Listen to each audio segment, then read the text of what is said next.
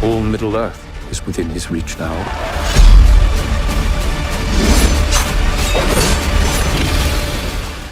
The conclusion of Rings of Power Season 2 satisfactorily resolves a number of plot issues, addresses important queries, generates more theories, and establishes expansive storylines for Season 3.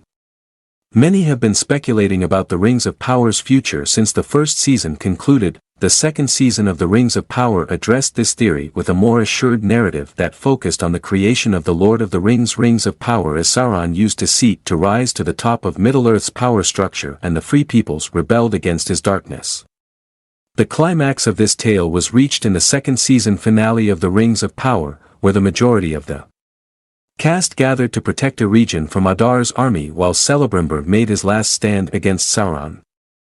Elrond and the elves stave off an attack of orcs while Sauron fights Galadriel for the 9 Rings of Men as part of his Rings of Power scheme. As the Rings of Power Season 2 draws to a close, the stranger learns who he really is. The dwarves of Khazad-dûm glimpse the burning doom that lies beneath them, and the men of Numenor deal with their ongoing power struggle. The stranger's identity was arguably the biggest twist revealed in the conclusion of the Rings of Power Season 2. Many have speculated that the stranger was an early form of Gandalf the Grey as he was shown to be one of the Astari in The Lord of the Rings. There were doubts about how Gandalf might have existed in Middle-earth's Second Age. But this was reinforced by a number of sardonic allusions, and Easter eggs to the itinerant Grey Wizard.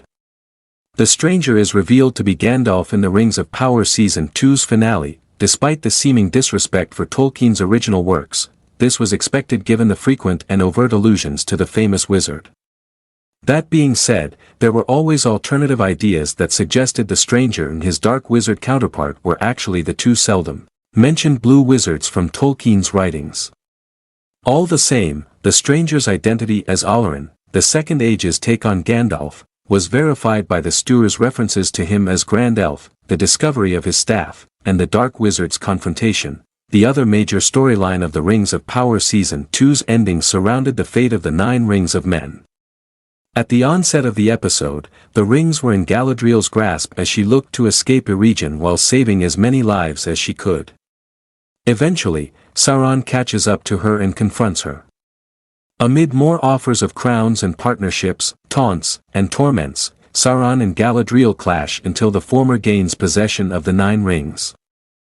He demands Galadriel give him her ring, Nenya, before she jumps from a cliff above Eregion. Later, it is revealed that Galadriel survived her fall, begging the question of how. The answer to this has been seeded throughout the Rings of Power Season 2, the Elven Rings of Power. As had been shown before this, the Elven Rings, specifically Galadriel's, have been shown to possess immense healing powers. Galadriel held the ring as she jumped, which likely helped her survive the fall. Afterward, the combined powers of hers and Gil-galad's ring saw Galadriel's wounds dealt by Sauron's weapons heal. The Rings of Power's 9 rings set up Sauron's The Rings of Power Season 3 story. Sauron's plan is nearing its final stages. As alluded to, Sauron's ending in the Rings of Power Season 2 saw him gain possession of the 9 Rings of Men. These rings were the object of Sauron's desires in the latter half of the Rings of Power Season 2, after successfully crafting those for the dwarves.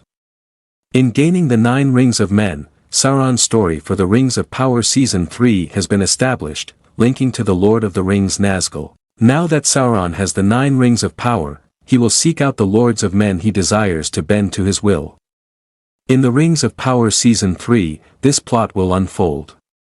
Sauron will find those to give the rings to, leading them down the path of becoming the 9 Nazgul seen in the Lord of the Rings trilogy. Who these subjects will be remains to be seen, but Sauron's plan will undoubtedly involve establishing the ring wraiths, as well as crafting the Lord of the Rings One Ring. Adar also dies in the Rings of Power Season 2 before Sauron and Galadriel's pivotal encounter. The character is killed by his own orcs as was commonly suspected throughout Season 2, who fell under Sauron's power. Shortly before this, however, Adar's character took an unusual turn.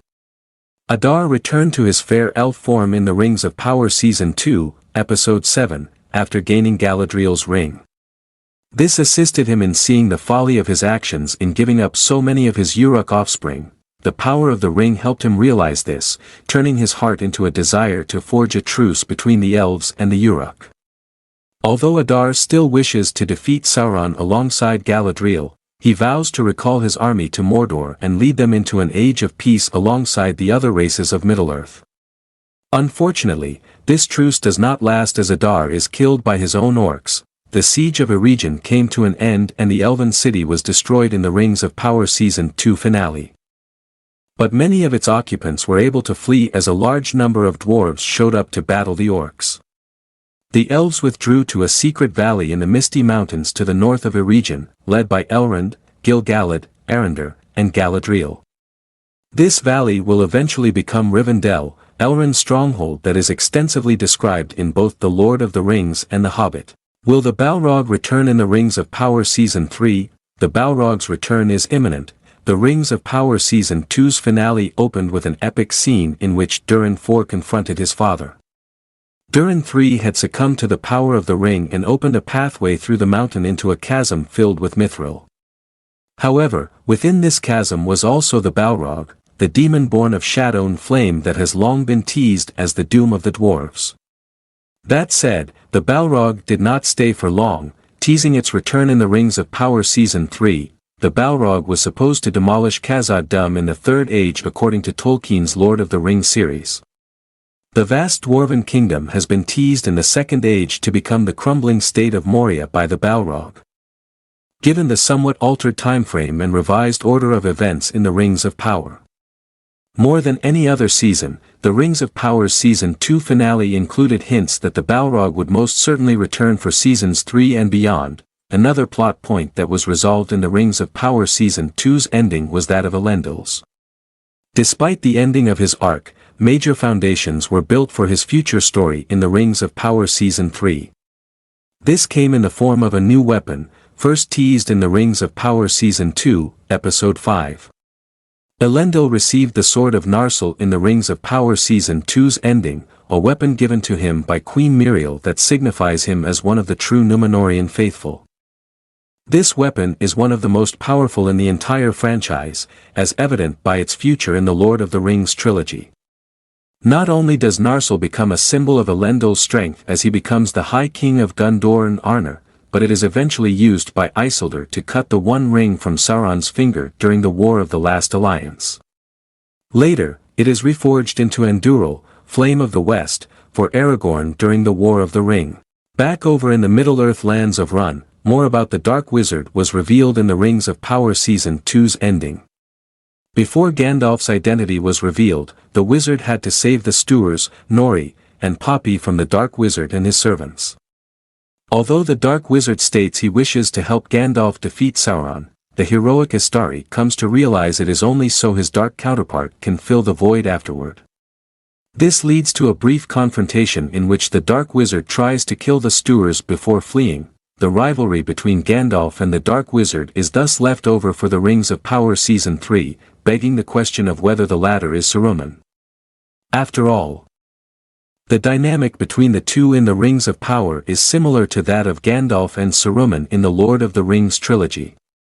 The Dark Wizard could still be one of the aforementioned Blue Wizards, but it seems as though an early version of Saruman is also present as of the Rings of Power Season 2's ending. The loss of Celebrimbor is arguably the most heartbreaking element of the Rings of Power's second season finale. Celebrimbor is slain by the Dark Lord following his captivity by Sauron to learn the whereabouts of the Nine Rings. The Rings of Power Season 2's true meaning honors the best of all elven smiths, even though this finale is appropriately tearjerky given Celebrimbor's tragic up to this point. The real message of the Rings of Power is that light, not power, triumphs over darkness, as Celebrimbor stated at the Siege of Eregion. By the end of the season, Celebrimbor's remarks still hold true because many of the show's plots are infused with Sauron's darkness. Though the conclusion of the Rings of Power Season 2 was depressing, the show's protagonists never stop reminding the viewer, as well as themselves, that Celebrimbor's advice was sound and that darkness can only be vanquished by light. This leads to increased opposition from the free peoples of Middle-earth in Season 3. That concludes our review for today, but the discussion is far from over. For more, leave a comment, Hit like and subscribe for more videos. Keep the magic of movies alive until the next time, signing off from FK Bytes.